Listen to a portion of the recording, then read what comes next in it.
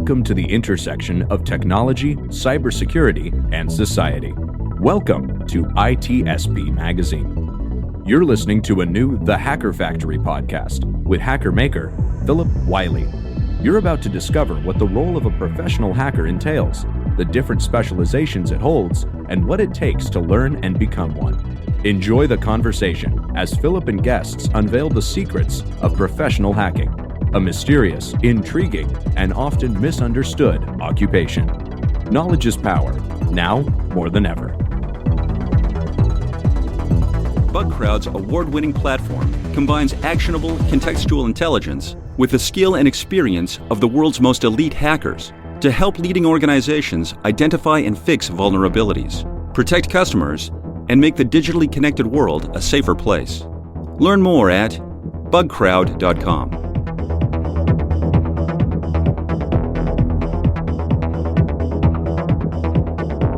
Hello and welcome to this episode of The Hacker Factory. I'm your host, Phillip Wylie. I refer to myself as the hacker maker because I love to teach, mentor, and help people get started in pentesting.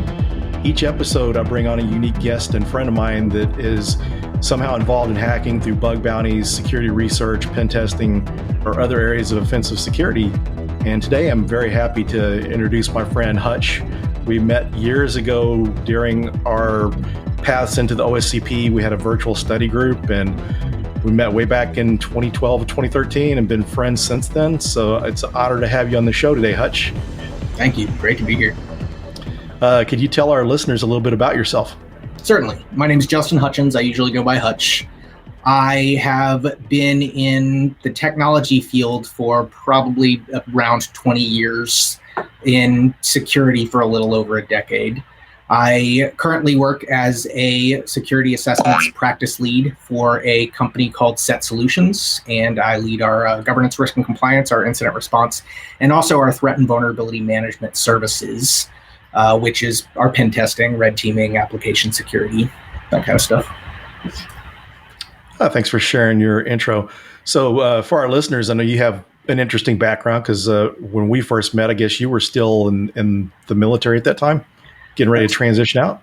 That is correct. So I got started actually, I started my security career in the military. Really, my interest in technology goes far beyond that. Do you want me to roll it back to the beginning and give you the rundown? Sure. Okay, great. So I was originally coming out of high school. I was majoring in philosophy at the University of Houston. And at the time was putting myself through school working as a customer service manager at Walmart. And at the time, there was this guy that I met while I was working at Walmart. He used to come into the store, and he was one of those guys that honestly, in hindsight, you realize how influential they were on your life, but you didn't realize at the time. And so, unfortunately, I'm not still in contact with this person, but really cool guy that worked in technology at the time. And I was in the middle of taking a class called Symbolic Logic within my philosophy program. And he came in one night and he was looking through my book and he's like, just looking at what I was doing. And then he was like, basically told me what you're doing is programming. And honestly, it had never occurred to me that was the case. So he basically took if I recall, it was like the back of a receipt or something and started writing down by hand, like JavaScript code and comparing it to the stuff at the Symbolic Logic book. And so that was kind of what enticed me to start looking into different programming languages and different scripting. Pretty early on, I was doing a lot of stuff that probably at this point I would consider hacking that I didn't really realize was hacking.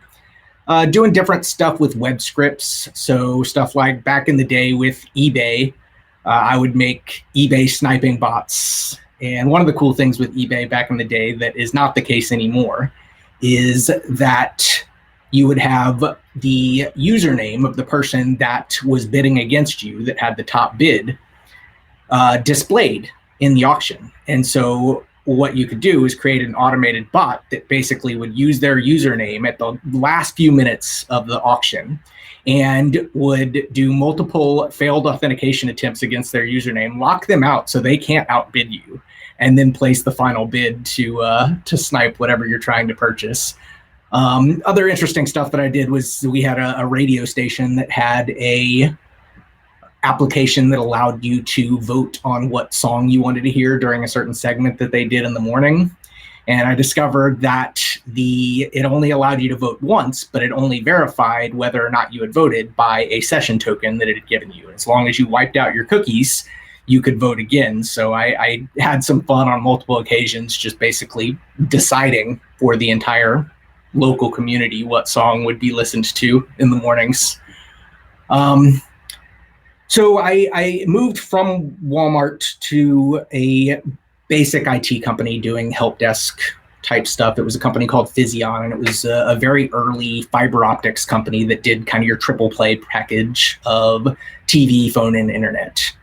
And it was a fairly poorly managed company. At the end of the day, or after, I guess probably about 6 months of being there, the company pretty much tanked and went belly up.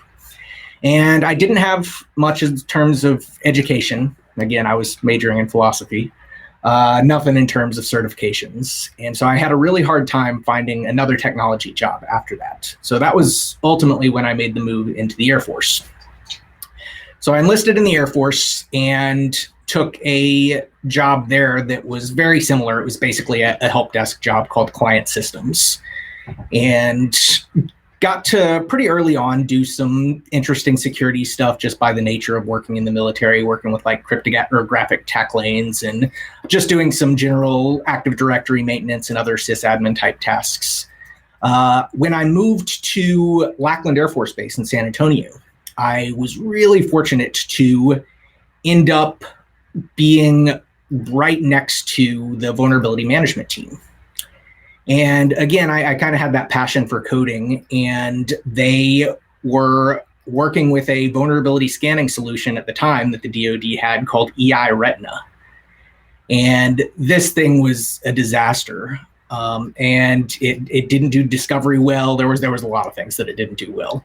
But one of the things that they were needing was a way to supplement the security scans, or the discovery scans that were performed by that vulnerability scanner. And so I ended up actually working with them to build out a multi-threaded PowerShell discovery script that also plugged in or had a connection to another Python script that I was using to use Scapy to launch Wake on LAN packets before it did that discovery.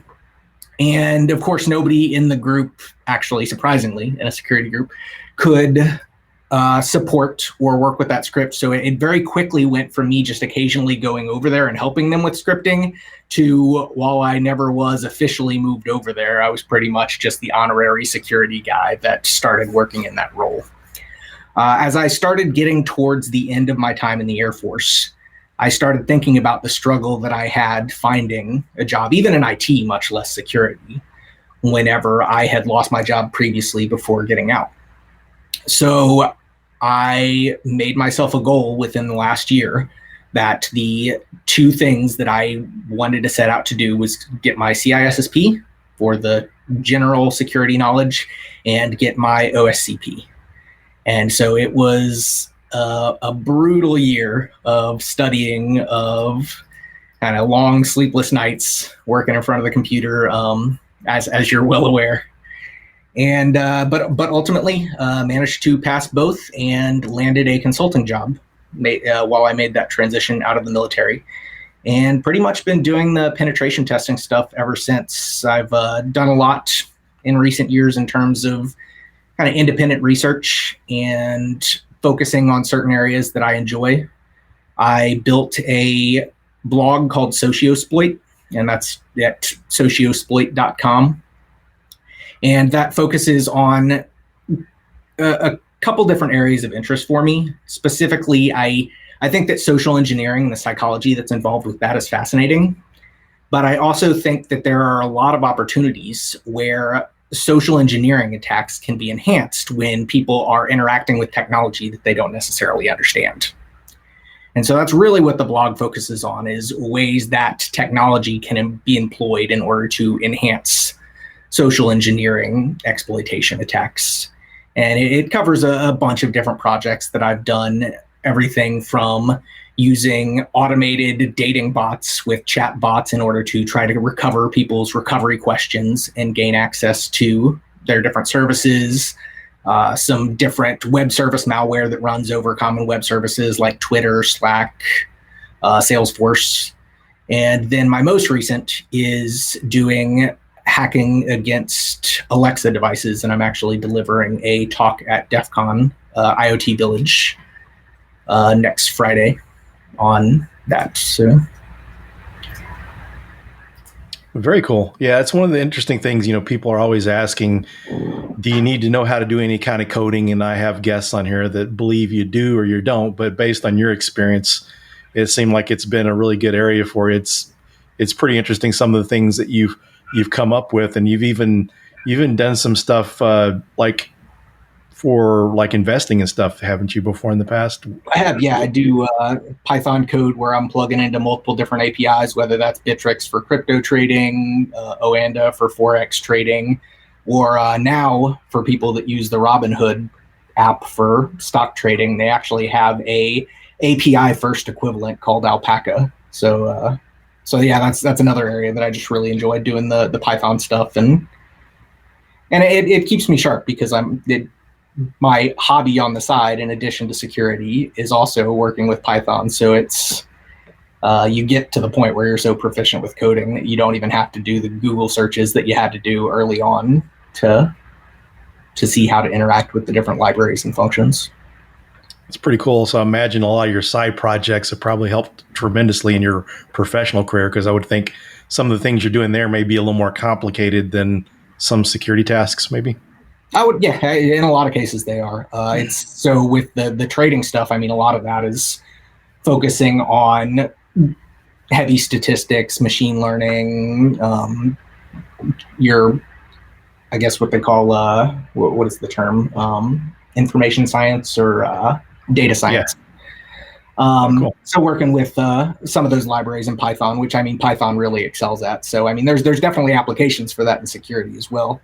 But I think to circle back to a point that you made, I agree that that's definitely a highly contested conversation of, do you need to code or be able to code in order to be in penetration testing or to be successful in a technical security role? And I would say that I don't think it is a requirement. I think that anytime you understand a lot about the context of how things are working, and that could be just a knowledge of sysadmin functions and how different components of the operating system work, or how different operations and networking work. I think that kind of knowledge can go a long way in penetration testing, depending on the circumstances. But I do think that the ability to code puts you at a significant advantage. For me, I look at things that I would otherwise have to do manually and would take me exponentially longer to do. And for me, it almost becomes like a superpower. I can accomplish things that otherwise for any normal human would be impossible within any kind of reasonable time period. So for anybody that's looking to get into it, I think it does give you a competitive edge, and it gives you that extra skill set that a lot of people in the security field don't have. I mean, I'd say that it's probably in the area of like 50-50, especially on the penetration testing side. And so having that extra skill set definitely gives you an opportunity to get your foot in the door at times. It really seems like some of the sharpest in the industry do know how to code or something, because you got, like Harmjoy from Spectre Ops, and you got Byte Bleeder that create a crack map exec. So you see a lot of these people that are writing tools that are really good. I mean, there are some people that don't know how to code that do pretty well, but it seems like, at least in my opinion, for what I've seen out of the top pen testers, it seems like the majority know how to code at least script or something to be able to write some tools. Yeah, and honestly, I think, like I said, I think it's a great opportunity to get your foot in the door. I know that you focus a lot of this podcast on opportunities that would allow somebody to pivot from maybe a technology role, or from even other roles outside of the industry altogether into security.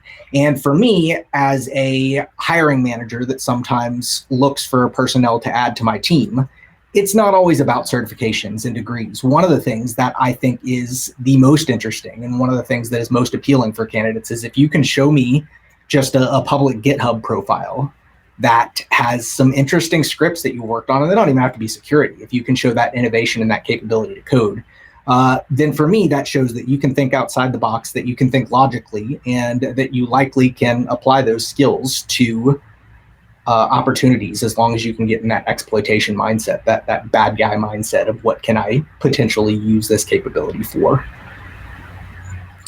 Great. I'm glad you brought up the hiring topic because, a lot of the people we have on the show, some may be part of team interviews, but not hiring managers for the most part so far. So you got a pretty unique mindset. So you kind of mentioned the GitHub repositories and stuff. So I know a lot of people just trying to get their foot in the door that don't have the experience. What would you recommend for someone to get experience that you would see that you would consider hiring someone maybe if they didn't have direct professional pen testing experience? Beyond just the GitHub profile, I think other things that you can do, obviously, certifications and degrees are one route, but I think that those a lot of times are overrated. Personally, I think that your traditional form of your 4-year degrees applied to technology doesn't really work because of the fact that technology moves so fast, and you get a 4-year degree and 5 years down the road, a lot of the stuff that you learned is likely no longer even applicable. And it just becomes a degree in history rather than a degree in something that is useful today. So I think for me, that's probably the reason that certifications have really played the role that they have in information technology and information security, is because most of those certification programs at least have some kind of continuing education component that shows that you're maintaining that edge. So I would recommend between the two, probably leaning more towards certifications. I also feel like in my own personal experience, I've done the 4-year degree and even the master's degree, and I still feel like in most cases, I got more out of the certification programs than I did the degrees. And I think it's also worth saying that I feel like I got a lot more out of the hands-on certification programs than the ones that are just read a textbook and learn the material. So when I say that, I mean stuff like if you take a SANS course and get the opportunities to do the labs. SANS is cost prohibitive for a lot of people, but there are cheaper alternatives that are honestly, in my opinion, just as good. Stuff like offensive security or eLearn security are both fantastic options with a lot of hands-on programs.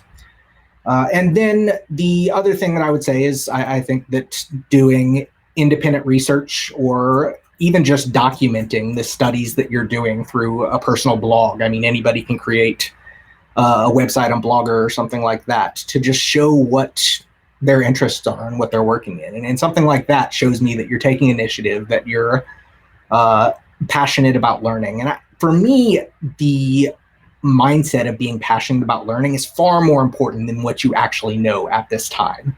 And again, that goes back to the fact that this industry moves so fast that to be successful, it's less about what you know and more about are you willing to continue to make an effort to continue to learn. And then I'd say probably the other thing is bug bounties. I know that you've had some conversations with some of your other individuals that you've had on this podcast about that. But I think a lot of the programs like HackerOne and BugCrowd do give you that opportunity to have a public profile that shows things that you've been participating in. And I think one of them, I actually don't remember if it's BugCrowd or if it's HackerOne, but one of them just added kind of a CTF component that actually allows you to add that into the points in your program as well.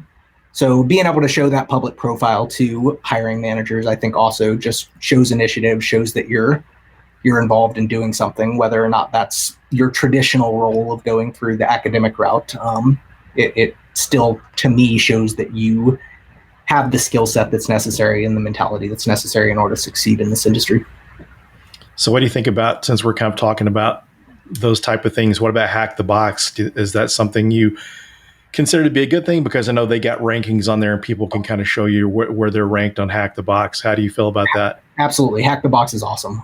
Hack the Box to me is basically the equivalent of the offensive security labs, but in almost a more gamified approach. Actually, I know a couple of guys that work over there that do some of their content development. And yeah, it's a fantastic team. It's an awesome program. So absolutely would recommend anybody that's not only looking to get that edge in interviews, but also just for the sake of learning. I mean, they're fun to do. So yeah, I know they even Synac uses some of their stuff for like their vetting process. The Dante Labs or whatever they've got through there, they were running a thing for a while. If you got through the Dante section or whatever, then it got you in line further ahead for interview than people had just applied, online. Oh, that's pretty cool. Yeah. So that's pretty cool. That would be nice to see more companies using those sort of things because, a lot of companies have to vet people. You take people like Cobalt companies, they do the pen test as a service, not exactly bug bounty, but they have to vet people. So if you've got more opportunities, I think, to use things online like Hack the Box to vet people are already looking at that, already doing it, and you could quickly get a ranking for the individual and kind of the way, Synac's doing. Yeah, I think so. Actually, when I was at my first consulting job at GuidePoint Security, I had set up something similar to that, which was just building a custom web app that a vulnerable web app that people would have to basically do their attacks on, provide a report as to what they found.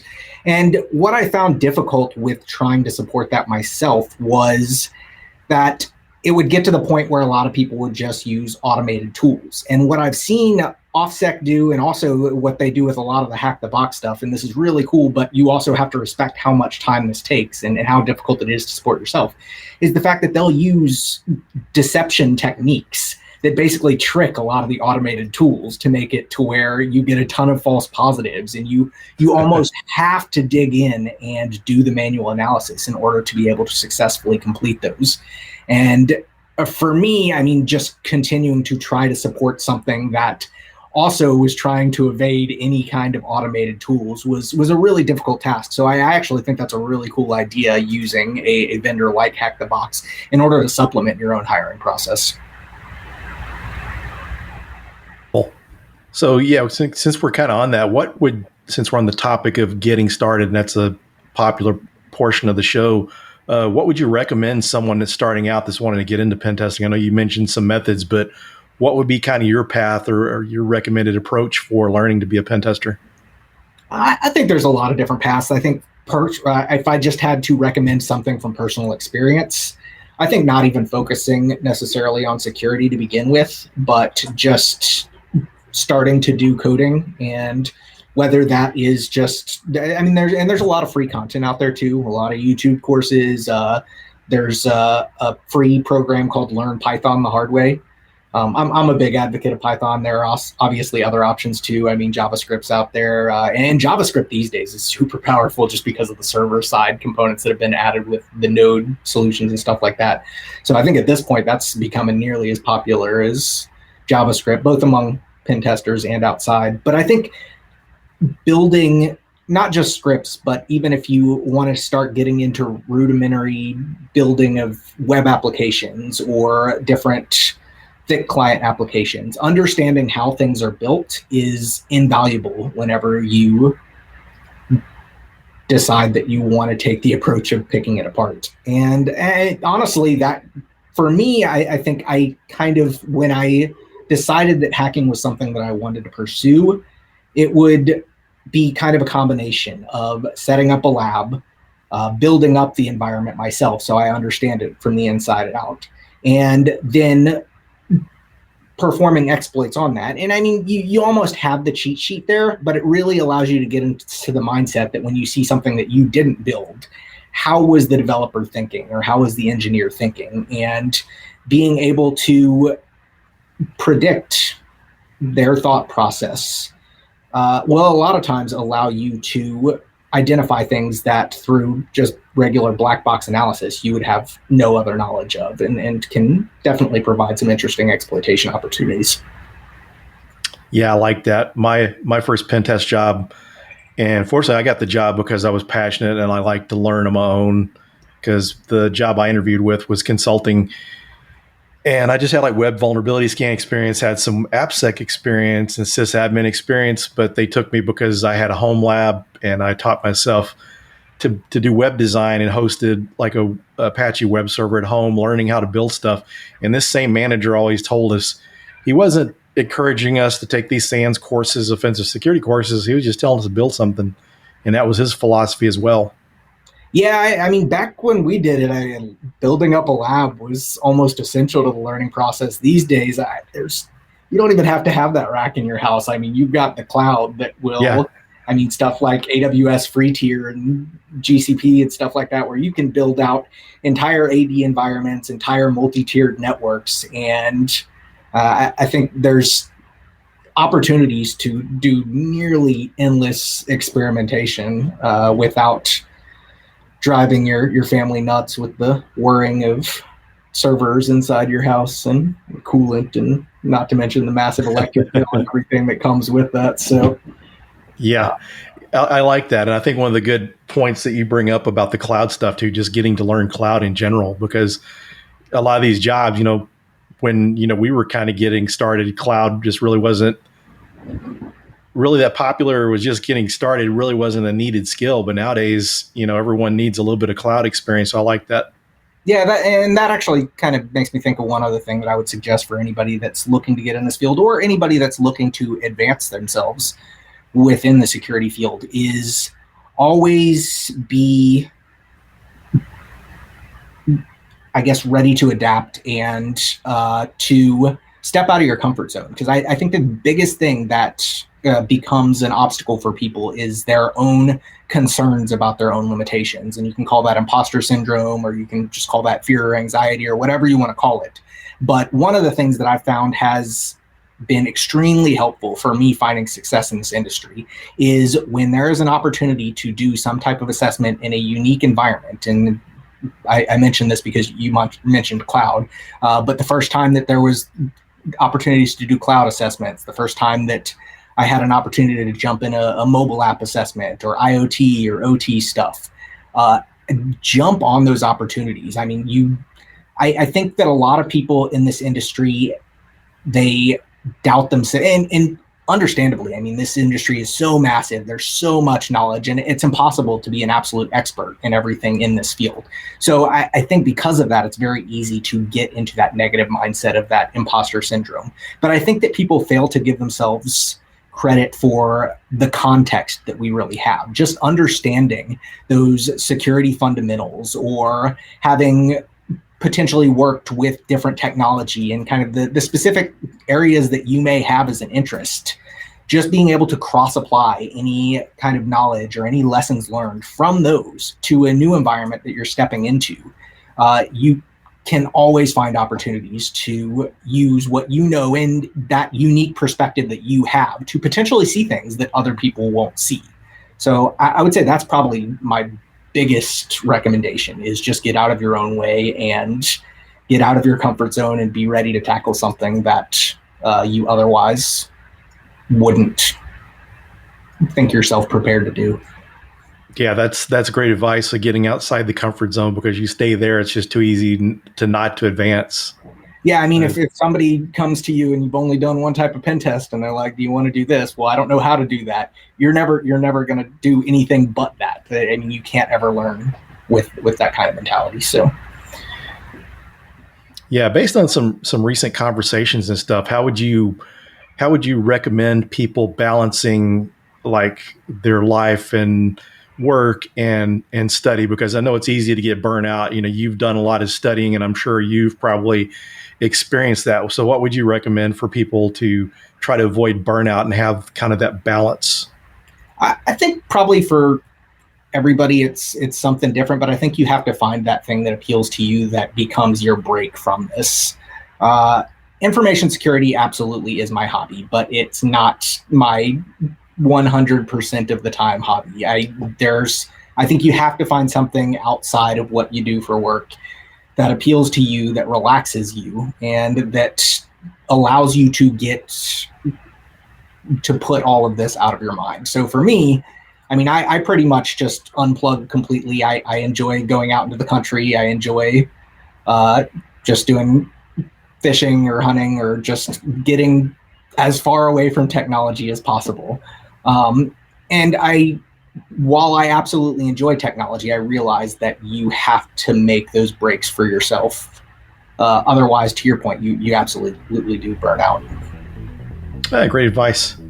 So we're getting down to the end of the show. And do you have any advice or anything you'd like to comment on that we didn't cover? No, I think the only thing is I will be out in DEF CON. I know you will be too. I'm looking forward to seeing your talk as well.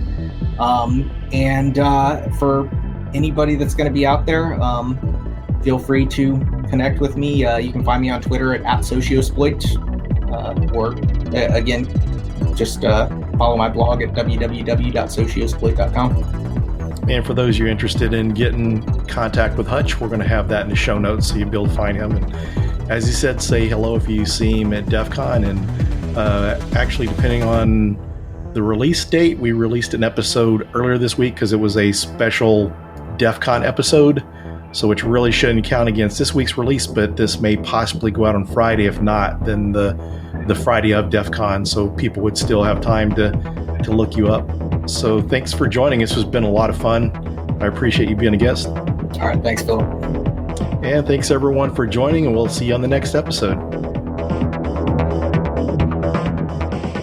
BugCrowd's award-winning platform combines actionable contextual intelligence with the skill and experience of the world's most elite hackers to help leading organizations identify and fix vulnerabilities, protect customers, and make the digitally connected world a safer place. Learn more at bugcrowd.com.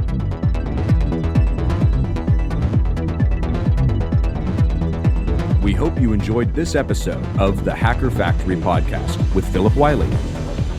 If you learned something new and this podcast made you think, then share itspmagazine.com with your friends, family, and colleagues. If you represent a company and wish to associate your brand with our conversations, sponsor one or more of our podcast channels. We hope you will come back for more stories and follow us on our journey. You can always find us at the intersection of technology, cybersecurity, and society.